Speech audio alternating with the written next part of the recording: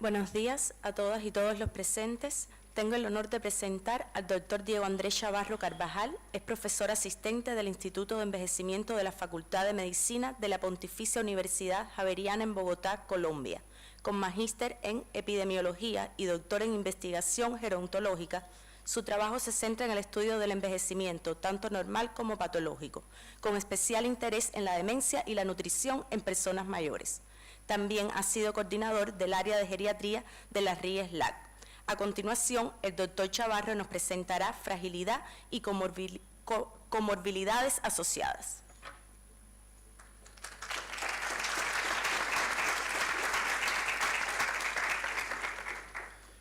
Bueno, buenos días. Nuevamente muchas gracias al comité organizador y en especial a Iván, pues, por tener la oportunidad de estar acá con ustedes. Vamos a hablar de un tema que es apasionante, a veces fácil de entender, pero difícil de delimitar. Entonces, para poder dar contexto, es donde vamos a tener varias como propuestas o líneas de intervención. Esto hace parte de mi quehacer y de lo que veo. Vamos a ver si soluciono cómo avanzo. Es que cuando utilizo el control que no es, de pronto no avanzan las diapositivas. Pero vamos a ver. Ahora sí. Entonces, como les contaba, yo principalmente trabajo como geriatra. Estoy localizado en Bogotá, Colombia. Y, pues claro, llegar hasta acá, esto es bastante al sur para mí. Sin embargo, normalmente, primero, no tengo ningún conflicto de interés para la presentación, es un interés meramente académico y hace parte de esta creación de redes y de estos entornos en los cuales pues es un ambiente colaborativo. Cuando intentamos hablar de fragilidad, les tengo esta ambiciosa agenda, pero igual no se angustien que igual la vamos a cumplir, y hay diferentes puntos en los cuales vamos a tratar de complementar. Lo primero tiene que ver con la introducción. Para nadie es un misterio, a pesar del COVID, hay un gran número de personas mayores y este número sigue aumentando. No importa qué contexto o qué país estemos tomando, y hay algunas regiones que pueden tener una mayor presencia de personas mayores. Asimismo, pues tendríamos que ir entendiendo qué retos tenemos, cómo deberíamos prepararnos y qué debería pasar o qué deberíamos asumir. Eso quiere decir que cuando hablamos de envejecimiento usualmente tenemos varias perspectivas. La primera es que se puede envejecer sin enfermedad, pero tenemos que tener precaución porque también podemos envejecer con enfermedad. Es parte de nuestra realidad y no podemos negar que a pesar de que tengamos más años, también hay otros retos. Tenemos que asumir que hay cambios, este simplemente es un actor por si de pronto lo identifican, cómo va cambiando la persona cuando tenemos más años, y no podemos negar que somos personas, vivimos en un entorno, y un ejemplo es que convivimos con mascotas, y también vemos cómo envejecen. Entonces nos acercan a una realidad en la cual somos seres cenecientes, en los cuales sería interesante ver qué pasa. Sin embargo, deberíamos reconocer que no todos somos iguales, no todos envejecemos igual. El ideal es que las personas sean independientes. Sin embargo, un número que no es despreciable de personas pueden envejecer con dependencia. Y esto nos lleva a muchos retos. Uno de ellos es, ¿qué podemos hacer? ¿Qué podemos hacer? Idealmente en una persona sana es prevenir. Y uno de los elementos sería prevenir que la persona tenga síndromes como fragilidad. Sin embargo, ¿por qué es relevante? ¿Por qué hablamos de fragilidad? Porque esto aumenta la probabilidad de deterioro, la probabilidad de desarrollar discapacidad. Y a pesar de que por alguna razón la persona transite por este camino y llegue a ser dependiente, también tenemos siempre muchos retos de intervención y muchas posibilidades en el actuar.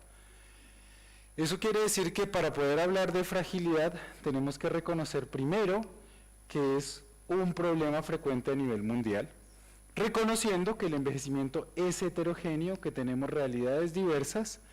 Por otro lado, que una cosa es el desafío que podría tener la salud pública y es entonces cómo es la atención, si la atención es diferencial, si se está haciendo prevención y por otro lado si la intervención es individual o si es colectiva. ¿Y por qué hablamos del tema? Porque esto trae desenlaces adversos. Entonces la persona puede tener mayor riesgo de muerte, se puede caer más, se puede hospitalizar más y por otro lado tener necesidades que están insatisfechas. Resumiendo entonces estamos diciendo, tiene impacto porque es frecuente, ya vamos a ver más adelante algunos números, trae algunas complicaciones y sale más cara la atención de personas con estos síndromes.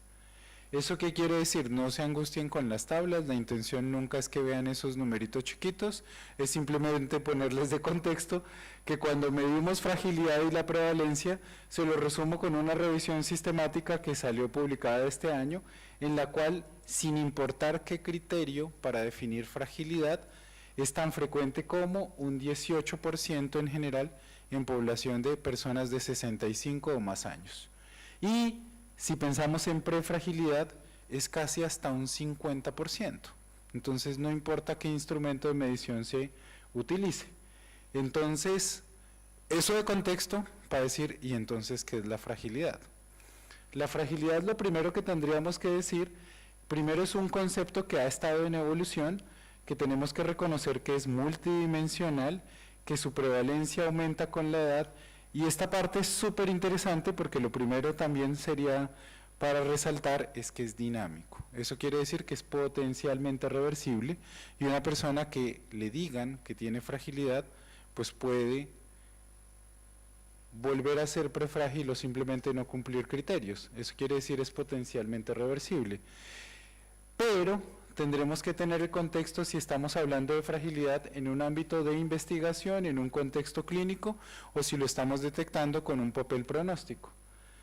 En investigación, simplemente ponerles en contexto, deberíamos resaltar la palabra con la cual hacemos la búsqueda, si esto es una búsqueda bibliográfica, que nuevamente una cosa es una cosa y otra cosa es otra cosa. Si lo buscamos como término mesh, en metabuscadores como puede ser PubMed, deberíamos buscarlo como frailty, porque si lo buscamos como fragility, esto hace relaciones a el hueso, y sería fragilidad ósea. Entonces la podríamos estar embarrando si hacemos una búsqueda inapropiada y simplemente por la caracterización. ¿Y cómo definimos la fragilidad? Entonces hay dos autores muy relevantes en relación al término de fragilidad, una que se llama Linda Fried. Ella en su tesis doctoral lo que plantea es que primero es un estado de vulnerabilidad fisiológica y lo complementa el siguiente autor que es Kenneth Rodwood, donde dice que le da una capacidad reducida para enfrentar el estrés. Ahorita aterrizamos más el concepto. ¿Qué es lo importante? Que hay múltiples causas, hay múltiples factores asociados y la intervención tiene que ser multicausal. Eso quiere decir que también desde el punto de vista fisiopatológico deberíamos tratar de ver cómo entendemos la fragilidad. Primero, o hay una disminución de la masa y de la disfunción muscular, o hay una disfunción multisistémica subclínica. Son dos perspectivas complementarias. Sin embargo, esto nos trae retos para la forma en la cual la podemos entender. Eso quiere decir muchas enfermedades en la cual hay una carga o hay un desgaste. El protagonista aquí podría ser la enfermedad cardiovascular, como estábamos viendo en la anterior presentación, o por el contrario, mecanismos de inflamación y simplemente enfermedades crónicas muy mal controladas predisponen a que la persona tenga desenlaces adversos.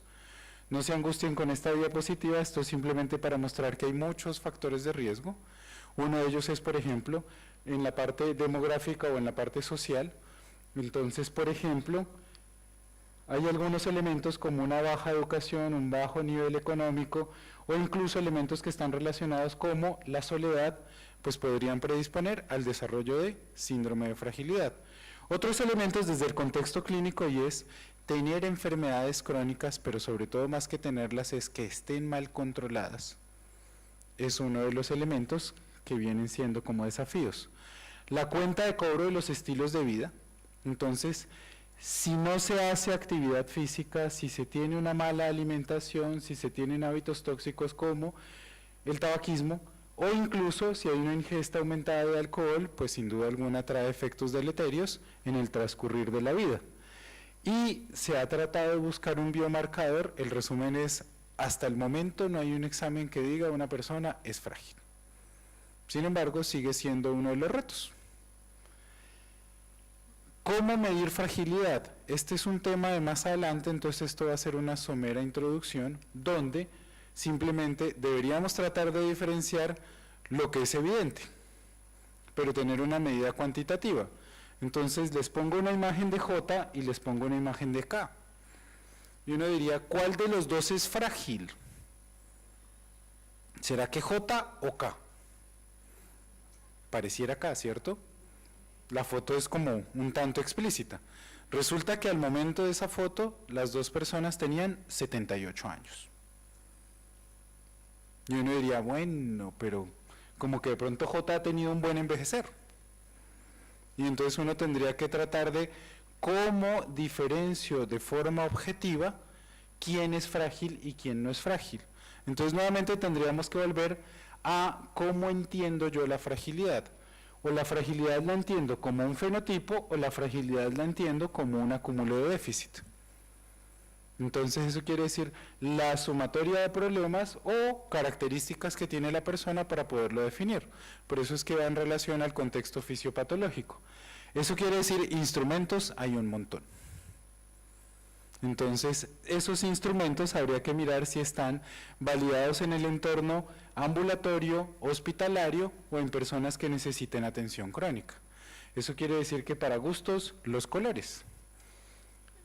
Les pongo en pantalla algunos de ellos. Entonces lo primero es el fenotipo de Linda Fried, como les contaba es una de las principales autoras en relación a fragilidad, y una persona es frágil si tiene 3 o más de estos criterios.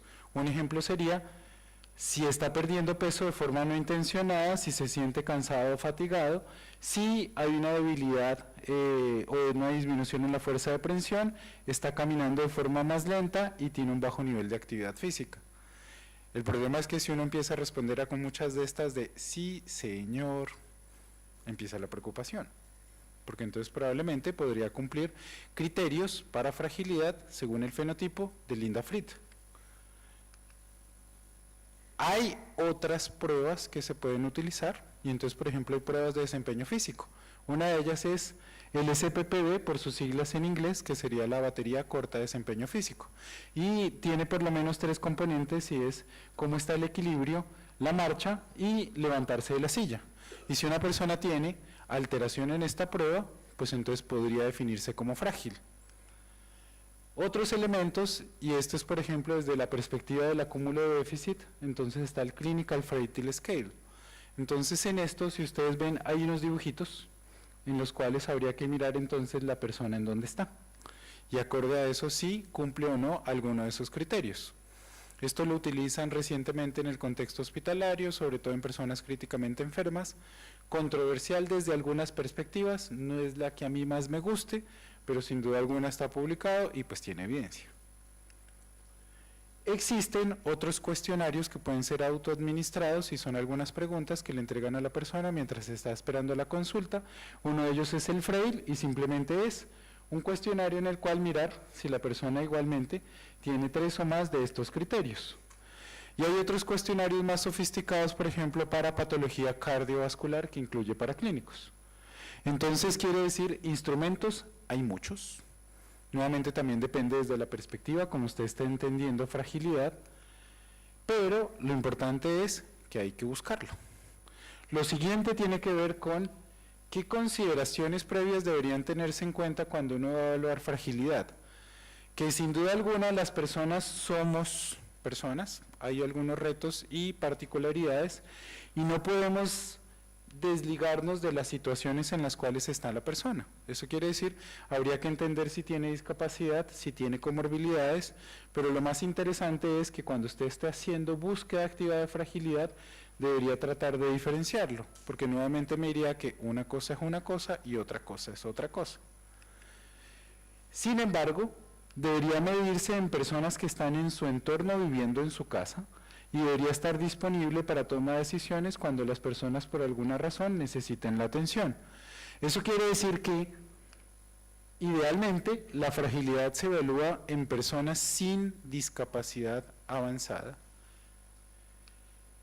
Deberíamos reconocer que es potencialmente reversible o tratable, y parte de los ejes de la intervención es, por ejemplo, controlando las enfermedades crónicas, siempre revisando qué medicamentos son estrictamente necesarios, sea porque le hace falta o porque debe adicionar alguno para optimizar el tratamiento de las enfermedades. La intervención nutricional es también otro de los ejes primordiales de intervención, en las cuales pues debería comer de forma adecuada, balanceada y con todos los micro y macroelementos, y la persona idealmente debería hacer ejercicio físico. Si no hace ejercicio físico, entonces al menos actividad física. Pero entonces moverse es uno de los elementos clave. Y tener en cuenta que si alguien por alguna razón tiene fragilidad, esto no contraindica ninguna intervención, lo que motiva es a una monitorización y a un seguimiento más bien estrecho y una intervención precoz. ¿Y cómo se relaciona con la comorbilidad? Entonces ya hemos visto varias pistas. Lo primero es que ya sabemos que en la práctica diaria reconocemos que es importante buscar la fragilidad. No hay un patrón de oro, no hay una prueba ideal para la detección de fragilidad. ¿Cuál utilizar? Con la que la persona esté más familiarizada y la que sea más apropiada para su entorno. ¿Cuál es el desafío? Pues entonces que pasemos de la investigación a la práctica clínica y sobre todo, pues que se haga una adecuada intervención. Eso quiere decir que cuando tratamos de buscar la evidencia que está relacionada con la búsqueda activa de fragilidad, esto es más evidente en algunos entornos, como puede ser declarando conflictos de interés, pues yo soy geriatra. Eso quiere decir, pues en primera línea pongo medicina geriátrica, pues porque es parte del quehacer. Y hay otros elementos, como lo vemos, es en patología cardiovascular, en algunos elementos quirúrgicos, o incluso en personas que tienen enfermedades como enfermedad renal crónica. Eso quiere decir, en estos está muy demostrado. Hay otros en los cuales está saliendo más evidencia y algunos en los cuales apenas está en una tímida inicio de investigación. Eso quiere decir que normalmente, en cada entorno, la fragilidad, sin importar cómo la mida, se asocia con mayor riesgo de mortalidad, de complicaciones, y son personas en las cuales a largo plazo disminuye la calidad de vida. Y cuando tratamos de buscar esa relación que pueda tener entonces con la comorbilidad, pues entonces vienen varios retos y tendríamos que entender qué estaría pasando. Entonces, uno de ellos podría ser qué tan frecuente es, cómo se relaciona con la edad o cómo se relaciona con ser hombre o mujer. Bueno, este no me andó. Ahora sí. Eso quiere decir que no podemos desconocer la relación y se puede superponer. Eso quiere decir, personas que cumplan criterios de fragilidad igual pueden tener varias enfermedades previas y siempre va a estar relacionado. Pues porque envejecer sin enfermedad a veces también es un reto.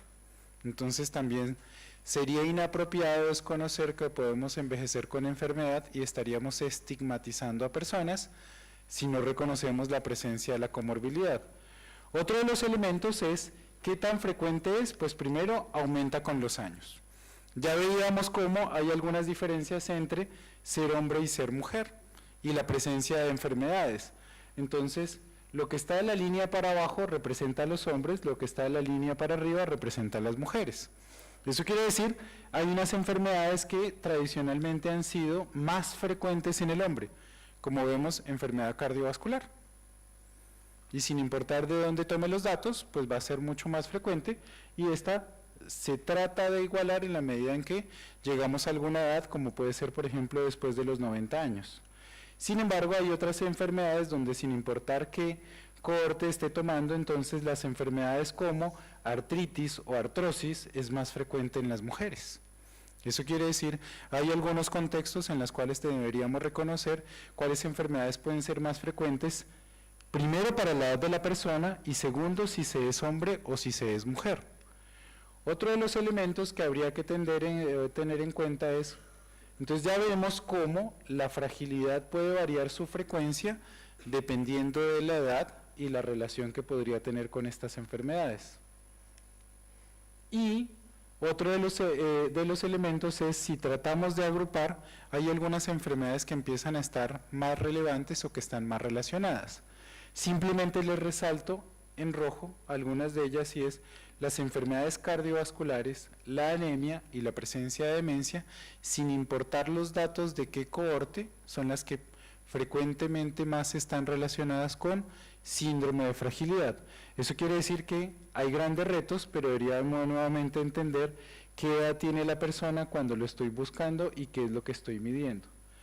Y aquí es donde viene la correspondencia con estos términos y es donde enfermedades cardiovasculares, la presencia de demencia o la presencia de anemia es la que en los datos constantemente, sin importar qué cohorte, tiene una mayor importancia.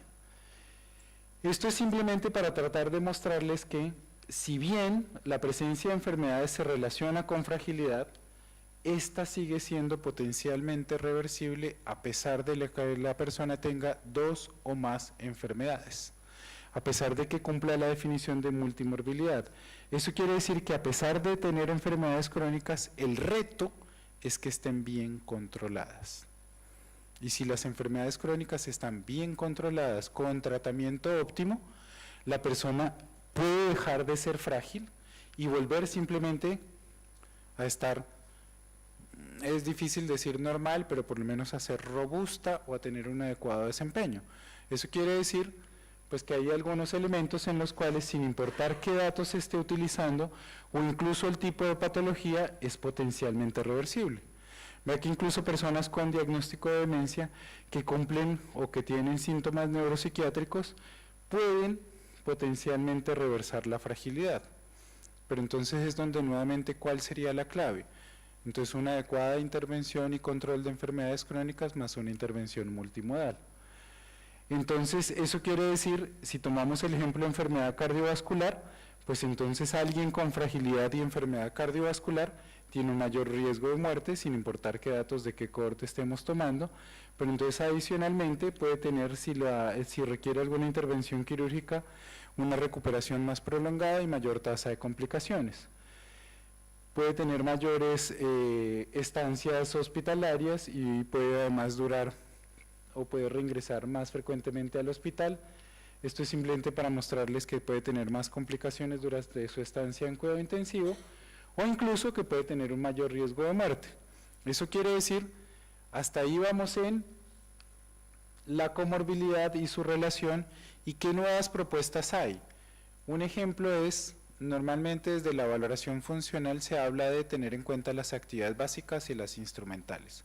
Y hay nuevos autores, entonces por ejemplo Avisanda en el 2019 propone que se incluya la fragilidad en la valoración funcional y no solamente se haga en la valoración de actividades básicas e instrumentales, sino la fragilidad propone varios fenotipos y es muy interesante porque dentro de esta valoración personas que siguen siendo independientes en actividades básicas, eso quiere decir todo el autocuidado lo hace bien, se baña, se viste, incluso hace actividades instrumentales o hasta podría salir de la casa pero tiene algún tipo de deterioro y tiene prefragilidad, empieza a tener un mayor riesgo de muerte a 5 y a 10 años.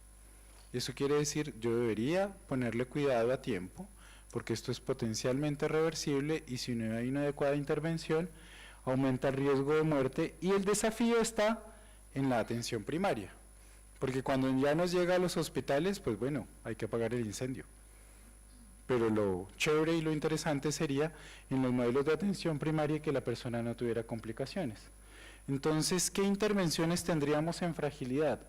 Lo primero es, las intervenciones individualizadas traen resultados positivos, sin embargo todavía hay algunos vacíos en la evidencia y las recomendaciones grandes es no limitarse solamente a intervenciones físicas, hay que buscar mantener la independencia y la calidad de vida.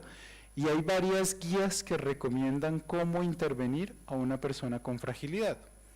Entonces, por ejemplo, y personas con fragilidad y multimorbilidad, por ejemplo, los ingleses en las guías NICE, pues tienen una perspectiva de intervención. ¿Qué tienen en común todas esas recomendaciones? Lo primero, por ahí hay un dicho que dice que lo que no se usa se atrofia. Entonces, la actividad física es uno de esos elementos primordiales. Entonces, es mejor moverse. Otro de los elementos es una adecuada alimentación, pero entonces uno de los protagonistas en la alimentación son las proteínas.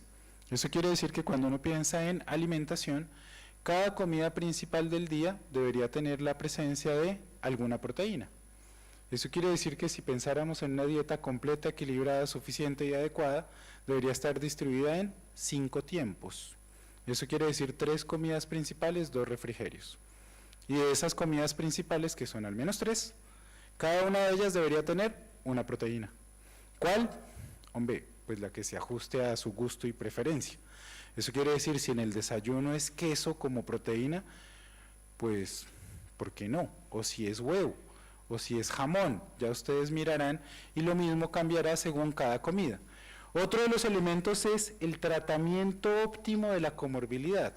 Eso quiere decir, no hay problema, podemos ser hipertensos o tener diabetes o ya haber tenido una enfermedad cardiovascular. Pero, ¿qué es lo que cambia la perspectiva? Y lo veíamos en la anterior presentación. El adecuado control de esa enfermedad, la adecuada intervención, recibir el mejor tratamiento disponible. Pero pilas, porque tiene que ir con el adecuado control de factores de riesgo cardiovascular y cambios en estilos de vida. Adicionalmente, otro de los elementos que es un gran desafío es quitar medicamentos que no sean necesarios. Y esto sí que es un reto, porque por ejemplo, a veces vemos personas que vienen recibiendo ácido acetil salicílico y lo están recibiendo desde hace 20 años. Y cuando uno revisa, ¿y para qué está indicada? Entonces, no, es que la aspirinita me la dieron porque eso me mantiene líquida la sangre y evita que me salgan trombos, ¿sí o no? Ajá, ¿y para qué? Porque habría que mirar si realmente está indicado o no está indicada en esa persona. Si está indicado, pues todo bien. Pero y si no está indicado, no, es que yo me quiero seguir tomando la pepa, you know? Pero es que le aumenta el riesgo de sangrado digestivo, pero le puede dar gastritis, pero le puede traer. Entonces, viene un gran reto porque poner medicamentos para un médico es fácil, pero quitarlo es muy difícil, cuando ya lo viene tomando crónicamente. Otro de los elementos es reconocer la importancia del enfoque interdisciplinario. Eso quiere decir, no solamente va a ser la valoración del médico, no solamente va a ser la valoración del geriatra, sino la participación interdisciplinaria, es decir, si en algún momento necesita la valoración o la intervención nutricional, pues chévere. Si necesita la prescripción de ejercicio, entonces, ¿quién en el entorno puede hacer la prescripción de ejercicio o si necesita rehabilitación? Eso quiere decir, ¿necesita la intervención por un kinesiólogo o necesita la intervención por qué profesional de la salud? Y es donde hay que mirar entonces esa interrelación. Y no podemos olvidar que esto debe estar centrado en la persona y no podemos desconocer que debe estar además enfocado en los gustos, las preferencias y los recursos que tenga disponibles. Yo les pongo un ejemplo muy local para mí. Se supone que Colombia, país, alegría, baile, canto y demás. Pero entonces si a mí, por alguna razón, a X cantidad de años, digamos que yo tuviera 80 años, me ponen a que tenga que salir a cantar en un escenario, digamos que no es mi habilidad y no es mi destreza. O que me pongan o que me obliguen a bailar, pues de pronto no sería la actividad más apropiada. Entonces, siempre que vaya a plantear una actividad debería estar centrado en esto, gustos y preferencias, y pues reconocer qué es lo que tengo disponible en mi entorno. Yo, por ejemplo, vivo en la capital de Colombia, tengo la fortuna que tengo muchos recursos disponibles, pero eso no pasa en todo el país. Yo nací y crecí en un pueblo pequeño al sur de mi país, donde ¿qué recursos tengo disponibles en ese entorno? Pocos, porque hay atención de baja complejidad con pocos profesionales. Entonces, donde tengo que tratar de entender qué recursos psicosociales tengo disponibles y qué aliados estratégicos puedo tener para que esa actividad sea la apropiada. Eso quiere decir que en intervenciones tengo un montón. Declarando conflictos de interés, pues para mí uno de los ejes de intervención es valoración geriátrica integral. Eso que me permite entender cómo está la persona. Y entendiendo cómo está la persona puedo mirar, planear la atención futura, pues porque también sería bueno preguntarle, en caso tal que usted tenga tal evento, ¿usted qué quiere que pase? Otro de los elementos sería que sin importar qué intervención tenga que hablar de actividad física, tratar de forma apropiada las enfermedades crónicas y siempre revisar los medicamentos, no desconocer el contexto social, y otro de los elementos es una adecuada intervención nutricional. Y para atención primaria, siempre hay algunos retos. Entonces, por ejemplo, hay algunas recomendaciones en la atención primaria y es, por ejemplo, si no lo piensa, no lo diagnostica. Y si no lo diagnostica, no lo trata. Y si no lo trata, pues entonces no mejoran los desenlaces. Entonces, ¿con qué buscar fragilidad? Con lo que usted considera apropiado para su entorno. Ya veíamos que hay cuestionarios, pruebas y demás. Lo segundo es, esto es importante para planear la atención futura de las personas, para desarrollar programas de intervención, y vimos cómo hay algunas claves de intervención. El ejercicio, la alimentación o la adecuada nutrición, siempre revisar los medicamentos y potenciar las redes sociales de las personas. Simplemente les pongo un ejemplo de Navarra, cómo lo hacen en la atención primaria, y en Navarra, en España, utilizan una prueba que es que sería el SPPB, que es la batería corta de desempeño físico. Y ellos planean la atención de personas dependiendo si el SPPB está normal o anormal. Que si es el camino ideal, pues no necesariamente, pero es la forma en la cual lo hacen. ¿Y qué es lo que es más interesante? Hacen una búsqueda sistemática de si personas tienen alteración en el desempeño físico, eso quiere decir si caminan lento, si tienen alteración en el equilibrio o si tienen disminución en la fuerza muscular. Entonces, si está alterado el desempeño físico, pues entonces ya les llama la atención y dice, tengo que mirar qué le voy a recomendar a esa persona. Es simplemente para mostrarles un ejemplo de algo que pasa en otro sistema de salud, en otro contexto totalmente diferente, y es como lo vienen haciendo. Eso quiere decir que les tengo varias conclusiones o varias recomendaciones. La primera es que cuando hablamos de fragilidad tenemos que hablar de una intervención multidimensional. Eso quiere decir, otro de los elementos, que al ser multidimensional, entonces le aumenta el riesgo a la persona para que tenga desenlaces adversos. La presencia de fragilidad se asocia a peor pronóstico y debería buscarse de forma sistemática en todas las personas mayores. Hay muchas herramientas y hay que tener en cuenta en que esto no contraindica intervenciones, pero sí invitan a que los planes sean individualizados. Adicionalmente, la detección precoz sería lo ideal y el abordaje en personas con fragilidad debería ser multicomponente.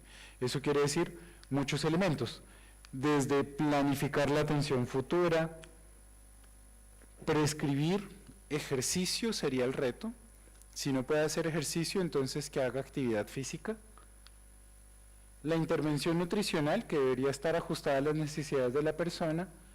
Nuevamente, si la persona tiene enfermedades crónicas o si tiene comorbilidades, pues no hay problema. Lo importante sería que están adecuadamente tratadas e idealmente con las mejores opciones disponibles. Esto trae un reto, pues porque entonces viene si esto potencia el gasto de bolsillo, si hay medicamentos que están disponibles en mi entorno o no, y cuáles serían las adecuadas intervenciones. Adicionalmente, siempre revisar los medicamentos, porque entonces así como puede estar tomando más medicamentos de los que debería, también le podrían estar faltando intervenciones o medicamentos para tratar enfermedades crónicas. Fortalecer las redes sociales, y aquí es donde es muy importante entonces mirar los gustos, preferencias y posibilidades que tenga la persona. Es decir, si es para ocupación del tiempo libre y tengo posibilidades entonces de estimular a que participe en algunas agremiaciones que tengo disponibles en el entorno, o por el contrario, es muy religioso, parte de su entorno está relacionado con la iglesia, pues ¿por qué no con esas actividades? Entonces esto es reconocer lo que puede estar disponible y lo que le puede gustar a la persona, y nuevamente no olvidar que tenemos algunas acciones de promoción de la salud y prevención de la enfermedad. Ejemplo de esto es, bueno, ustedes que tienen estaciones, que ya están entrando en invierno, vacunación. Entonces, vacunación contra influenza, vacunación contra neumococo. Y si tienen los esquemas de vacunación al día para su edad. Entonces, por ejemplo, los médicos también tenemos que vacunarnos. Entonces, si cada uno tiene actualizado. O si, por ejemplo, entonces, el mes pasado actualizaron las recomendaciones del CDC, que es el que más o menos da las recomendaciones a nivel mundial, y está volviendo a decir, bueno, médicos, ¿ustedes tienen al día su vacuna contra COVID? Y entonces ya está la actualización anual de la vacuna para las personas con alto riesgo. Entonces, y ahí pone profesionales de la salud. Y además pone personas de 50 o más años. Entonces, ¿por qué es tan compleja la recomendación? Porque, por ejemplo, en el contexto colombiano ha pasado un poquito al olvido del COVID, al olvido de las personas sin actualizar su esquema de vacunación. Yo ya llevaba por lo menos 2 años sin tener pacientes hospitalizados por COVID. Y resulta que, como allá estamos en temporada de lluvia, pues entonces nuevamente hay una ola de casos de COVID. ¿Eso quiere decir, ha pasado al olvido? No. ¿Todavía hay necesidades de actualizar esquemas de vacunación? Sí. Eso quiere decir, deberíamos prevenir enfermedad, y entonces uno de esos ejemplos sería vacunación. Y pues nada, muchas gracias.